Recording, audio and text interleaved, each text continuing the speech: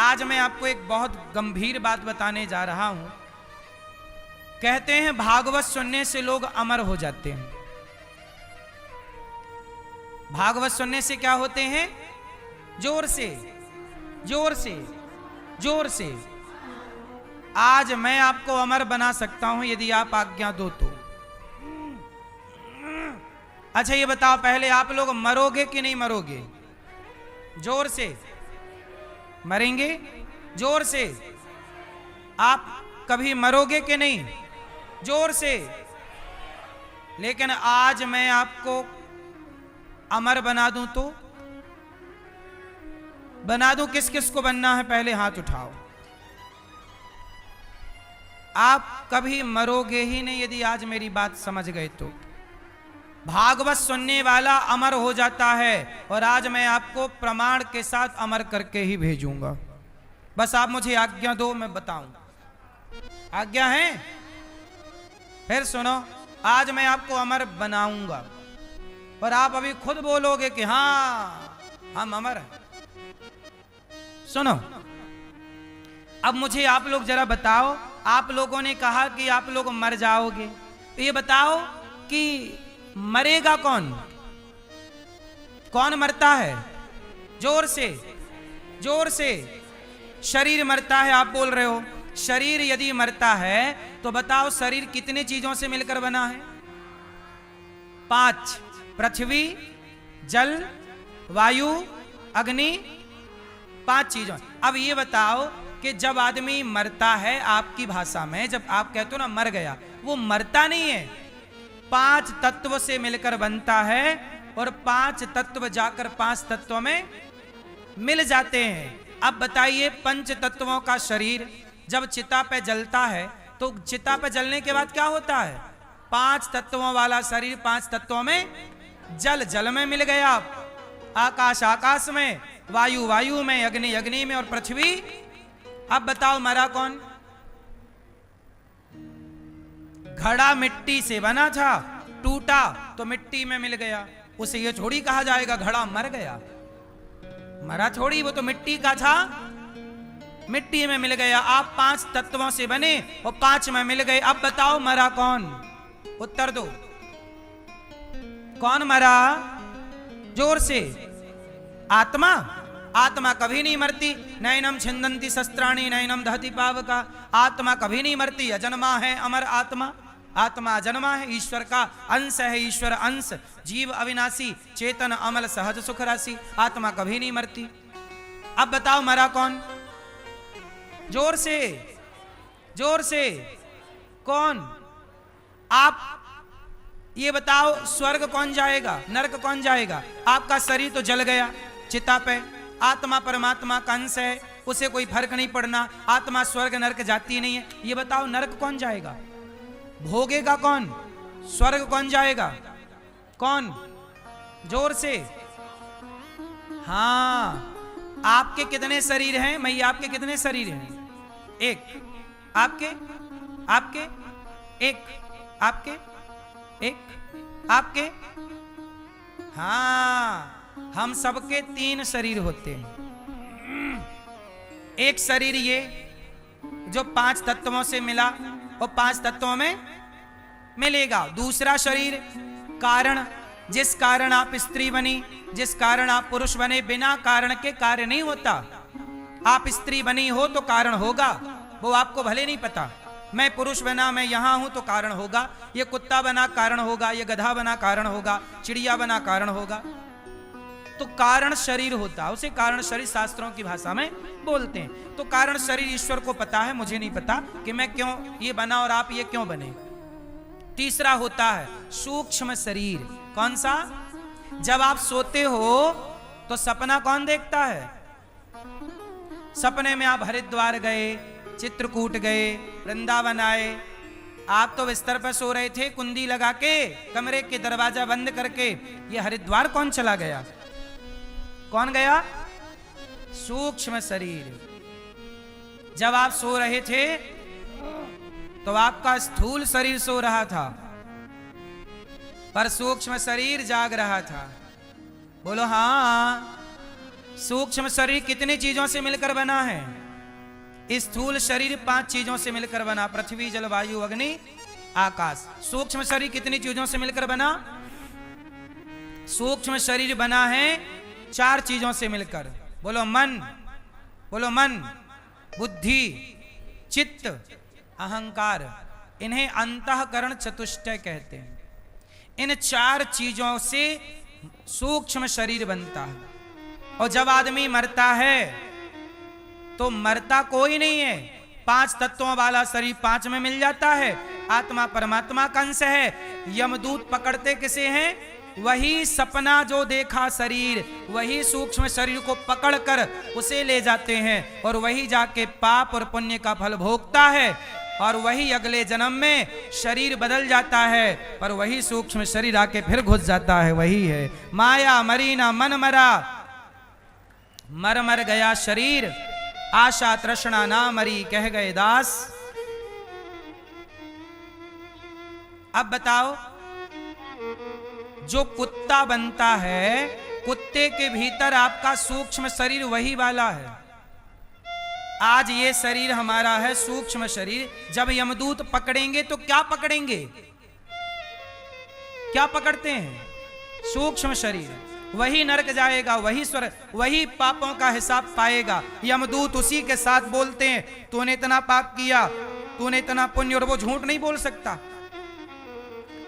उसे स्वीकार करना पड़ता कि मैंने इतना पाप किया, इतना पुण्य। पाप का फल भोगने यमराज जी नरक भेज देते हैं, पुण्य का फल भोगने स्वर्ग भेज देते हैं। और जब वहां थोड़ा भोग लेता है तो थोड़ा सा भोगने के लिए 84 लाख योनियों में डाल देते। जा कुत्ता बन के भोगना। वही कुत्ता बन जाता है, वही बिल्ली, वही गधा, वही सुअर, वही नाली का कीड़ा। और जब भोगता है तो फिर भगवान बोलते हैं, जा तुझे एक बार फिर मनुष्य बना रहे हैं, अब अच्छे कर्म करना ताकि तेरा मोक्ष हो जाए। मोक्ष हो जाएगा तो स्वर्ग नरक पाप पुण्य से बच के कल्याण पालेगा। और जब तक तेरा मोक्ष नहीं होता भटकता रहता। जन्म पुनरपि जननम पुनरपि मरणम पुनरपि जननी जठरे शयनम। इसलिए कहते हैं मोक्ष पाओ, स्वर्ग ना पाओ। स्वर्ग कोई बहुत बड़ी बात नहीं है। मोक्ष पाओगे तो चक्कर से बचोगे, वरना ये आप जितने बैठे हो यहां, आपके करोड़ों बार जन्म हो चुके हैं। वो करोड़ों बार आप मर चुके हो और फिर अगली बार मरने जीने को तैयार हो। अभी भी आप झूठी कसम खा रहे हैं, तेरे साथ 7 जन्म रहेंगे, 7 जन्म। एक जन्म कट नहीं रहा, 7 जन्म की बातें झूठे कहीं के।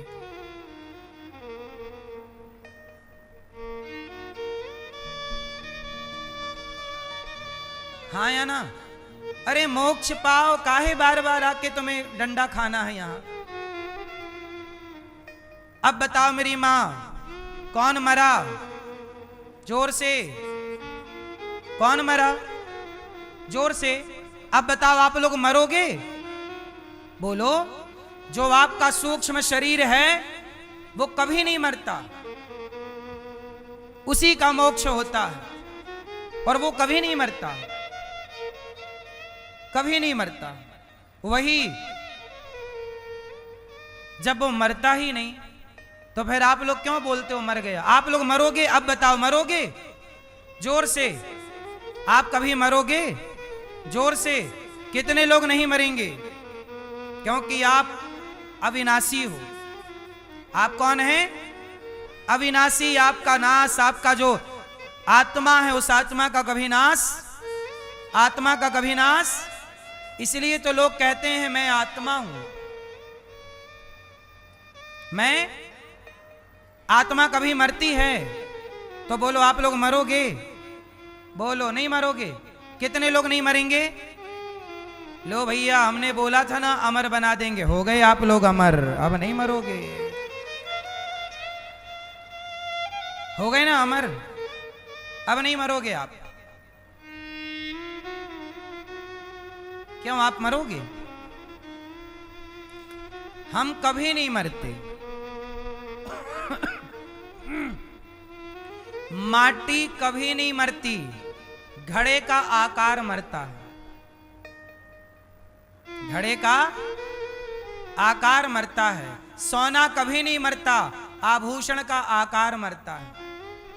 आपका सोना भट्टी पे डाल दो तो अंगूठी मर जाएगी। मर जाएगी मतलब इस आकार को मरा हुआ आप मान सकते हैं जरा देर के लिए, लेकिन ये अंगूठी सोने की है तो गोल्ड, ये गोल सर्कल आकृति तो मर जाएगी, पर सोना बोलो नहीं मरेगा। ऐसे ही अनिरुद्धाचार्य का जो ये हुलिया है, ये हुलिया नष्ट होगा, पर अनिरुद्धाचार्य ना मरेगा। इस अनिरुद्धाचार्य के हर योनि में अलग अलग नाम पड़े, इसे जो नाम दे दिया गया वो मान लिया। अच्छा एक बात बताओ, एक बात बताना, क्या कुत्ते को पता है कि उसका नाम कुत्ता है? क्यों मैया, क्या कुत्ते को पता है कि उसका नाम कुत्ता है? क्या बिल्ली को पता है कि उसका नाम बिल्ली है? क्या चूहे को पता है कि उसका नाम चूहा है? अच्छा बताओ, क्या चींटी को पता है कि उसका नाम चींटी है? जोर से। क्या गधे को पता है कि उसका नाम गधा है? क्या शेर को पता है कि उसका नाम शेर है? जोर से, जोर से। हाँ, इसका मतलब किसी को नहीं पता कि किसका नाम क्या है। जो नाम दे दिया गया वो मान लिया गया। अनिरुद्धाचार्य को नाम दे दिया अनिरुद्धाचार्य, मैंने मान लिया, जबकि मैं अनिरुद्धाचार्य नहीं हूं, मैं उस ईश्वर का अंश हूं। शेर भी उस ईश्वर का, चींटी भी उस ईश्वर का। अच्छा, आपके कान में बाला, गले पे मंगलसूत्र, माथे पे बिंदिया, हाथ में चूड़ी, ये सारे आभूषण सोने के हैं सोने के, पर सबके नाम अलग अलग हैं। ये बिंदिया है, ये हार है, ये मंगलसूत्र है, ये बाजूबंद है, ये चूड़ी है, ये करधन है, सबके नाम अलग अलग हैं, सबके उपयोग अलग अलग हैं, पर सबके भीतर तत्व की दृष्टि में सोना एक है, एक ही सोना समाया है। नाम आभूषण अलग अलग हैं। उसी तरह चींटी, हाथी, इसके आकार अलग अलग हैं, नाम अलग अलग हैं, लेकिन सबके भीतर वही एक परमात्मा समाया हुआ। उस परमात्मा से अलग कुछ भी। अंगूठी सोने में है कि सोना में अंगूठी है? अंगूठी में सोना है कि सोने में अंगूठी है? फास्ट क्या है? घड़े में मिट्टी है कि मिट्टी में घड़ा है? क्या है? मिट्टी में घड़ा है कि घड़े में मिट्टी है?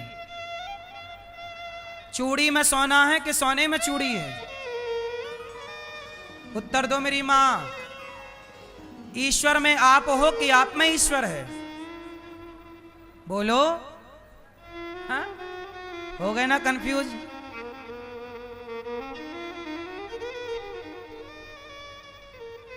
मिट्टी में घड़ा है कि घड़ा में मिट्टी है? भाई घड़े में घड़ा है कि मिट्टी है? घड़ा सत्य है कि मिट्टी सत्य है? घड़ा नाम की कोई चीज है इस धरती पे? घड़ा नाम की कोई सत्ता है? बोलो। घड़ा नाम की कोई सत्ता नहीं। घड़े की सत्ता झूठी है, सत्ता है माटी की। घड़े में घड़ा नहीं है, माटी है, पर आप व्यवहार में बोलते हो घड़ा। उसमें नीचे से ऊपर तक क्या है? यदि घड़े से माटी हटा दी जाए तो घड़े में घड़ा कहां बचा? आभूषण से सोना हटा दिया जाए तो आभूषण में सोना कहां बचा? इसलिए सत्ता आभूषण की नहीं है, सत्ता सोने की है। सत्ता घड़े की नहीं है, सत्ता मिट्टी की है। ऐसे सत्ता आपकी और हमारी नहीं, सत्ता परमात्मा की, वही भास रहा है।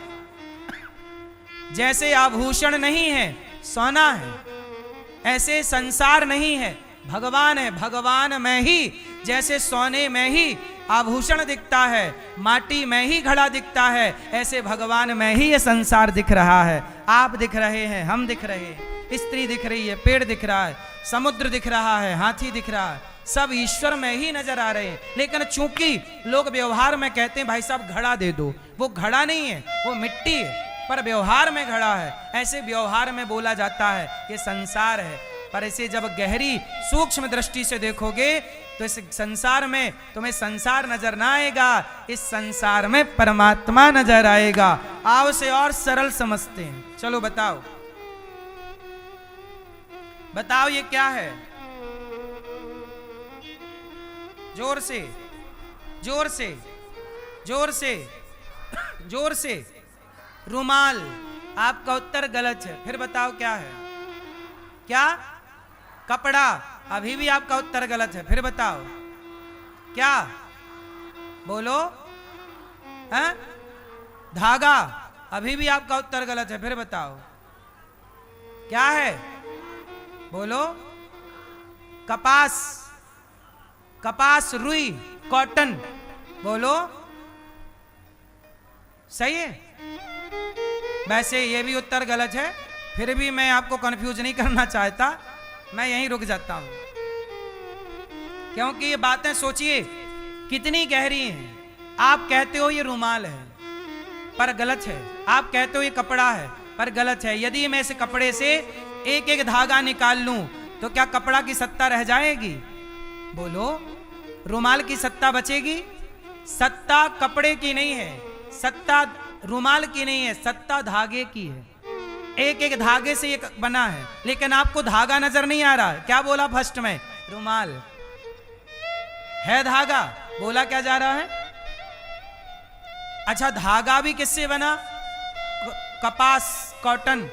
तो सत्ता धागे की भी नहीं है। धागा कहां से आया? कपास से। अच्छा, कपास कहां से आया है? कपास कहां से आया? कपास आया जमीन से। जमीन में क्या बोया था? बीज। कपास का दाना होता है, बीज होता है। सत्ता उस बीज की है। बोलो हाँ। तो बीज तक आपको दिख रहा है कपड़ा, पर सत्ता कपड़े की नहीं है, वो बीज की सत्ता है। उसी प्रकार से ये संसार दिख रहा है, पर संसार के बीज मात्र भगवान है। संसार के बीज क्या है?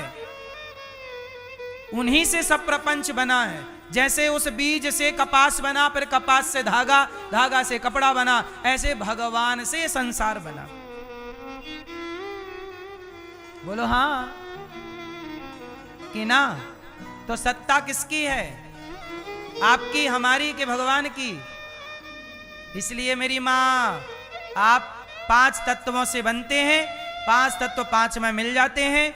आपका सूक्ष्म शरीर यमदूत पकड़कर ले जाते हैं। मरा कौन? कोई नहीं मरता। व्यवहार में लोग कहते हैं मर गया।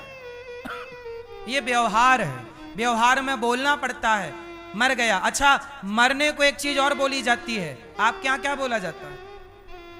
जब आदमी मर जाता है तो उसकी अर्थी जाती है, तो लोग बोलते हैं मिट्टी जा रही है। क्या बोलते हैं? मिट्टी जा रही है। सोचो, अभी तक अनिरुद्धाचार्य था और फिर क्या बन गया? मिट्टी। तो आप थे ही नहीं, आप पहले ही से मिट्टी थे, लेकिन अपने को बड़ा तीस मार खा समझते थे। मैं ये, मैं वो, मैं वो। प्राण जरा उड़ गए, हो गए ना माटी। काय बात का घमंड करते थे? सुनो, प्राण जाते ही क्या बन जाओगे? बोलो। मिट्टी। तो सत्ता अनिरुद्धाचार्य की नहीं है, सत्ता उस माटी की है। हम तो माटी के हैं, पर घमंड कितना भी कर लें। ऐसे आप लोग भी करते हो। जब तक प्राण है, हवा, हवा भरी है आपके अंदर, और खेल हवा का है। हवा निकल गई कि बम। जब तक हवा है तब तक एटीट्यूड है, अभिमान है, ईगो है। मैं ये वो। और जरा हवा निकली, हो गए पंचर। चलो सजाओ, चिता जलाओ। बोलो हाँ। फुटबॉल से हवा निकाल दो, किसी काम की नहीं है। ऐसे जिंदगी से हवा निकल जाए, खेल किसका है? आपके भीतर भी तो हवा काम कर रही है। हवा निकल जाएगी ना मैया, पड़ी रह जाओगी। बोलो हाँ। खेल किसका है? उसी हवा का नाम प्राण है। 5 प्राण होते हैं। बोलो हाँ कि ना? मैया, प्राण होते हैं ना? प्राण क्या है? हवा ही तो है। ये सांस क्या है? यही तो प्राण है। जरा गहरी सांस लो, यही प्राण है। यही निकलती आखिरी में बम, अब नहीं आ रही है, नहीं आई टे।